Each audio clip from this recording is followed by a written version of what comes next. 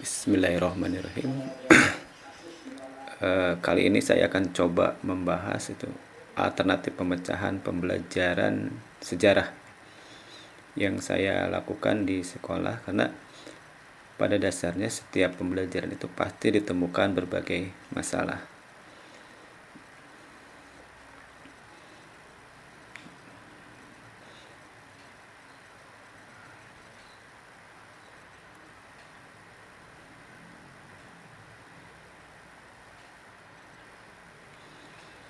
Nah, masalah yang terjadi di kelas itu pada umumnya masalahnya relatif sama dengan sekolah-sekolah lain, ya. Yakni pembelajaran sejarah itu cenderung membosankan, hanya hafalan.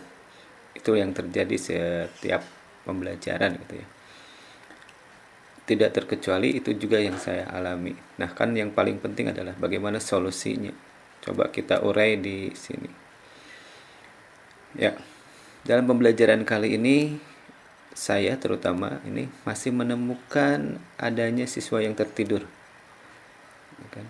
Yang kedua, rendahnya minat atau motivasi belajar siswa. Ini bisa ditunjukkan dari hanya sedikit siswa yang mau bertanya atau menjawab atau kan memberi pendapat lain, serta kurangnya antusias. Nah, padahal pembelajaran itu sendiri sesungguhnya sudah menggunakan IT dengan multimedia. Artinya kan ada sesuatu yang bisa dilihat, bisa didengar gitu ya oleh siswa. Namun faktanya memang masih terjadi masalah-masalah yang kita sebut di atas itu.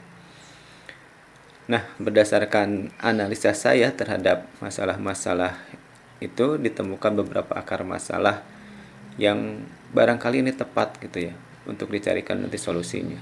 Jadi solusinya akan berdasarkan akar masalah yang kita temukan. Yang pertama, pembelajaran sejarah yang dilakukan oleh saya itu semuanya dilakukan gitu, di jam siang ya, antara jam 12 ya bahkan sampai jam terakhir. Dan tentu saja jam siang ini kondisi fisik siswa itu berbeda gitu ketika dilakukan di pagi hari gitu. Nah, ini tantangan tersendiri gitu ya bagi saya, juga mungkin teman-teman yang lain sesama pengajar gitu ya. Bagaimana sih pembelajaran yang baik di jam siang itu? Yang kedua, meskipun sudah menggunakan IT, barangkali ada yang luput dari saya adalah instruksi yang harus dilakukan siswa tidak jelas, gitu. Hanya mengamati saja. Ya, mereka hanya melihat, mereka hanya mendengar, tidak melakukan sesuatu. Ya. Yang ketiga, barangkali ini yang luput juga, bahwa setiap anak itu memiliki gaya belajar yang berbeda. Ada yang visual, auditori, dan kinestetik. Nah, dari berbagai akar masalah itu saya coba pilih ya pemecahan masalahnya seperti ini. Yang pertama, saya menggunakan ice breaking. Artinya pahami bahwa kondisi belajar siswa itu terbatas. Mereka mungkin juga bosan, mereka mungkin juga lelah. Lakukan ice breaking sehingga siswa siap untuk belajar. Banyak ice breaking yang bisa dilakukan di kelas. Misalkan apa ice breaking kata Simon, tepuk ya, melakukan tes diagnostik non kognitif ya. Ini tujuannya untuk melihat atau mengetahui gaya belajar yang dimiliki oleh siswa tersebut, sehingga nanti perencanaannya betul-betul sesuai dengan kebutuhan siswa dengan beragam gaya belajar yang berbeda.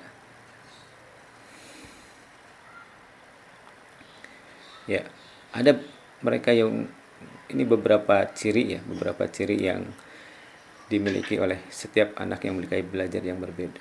Yang ketiga, ya, menyusun format pemantauan.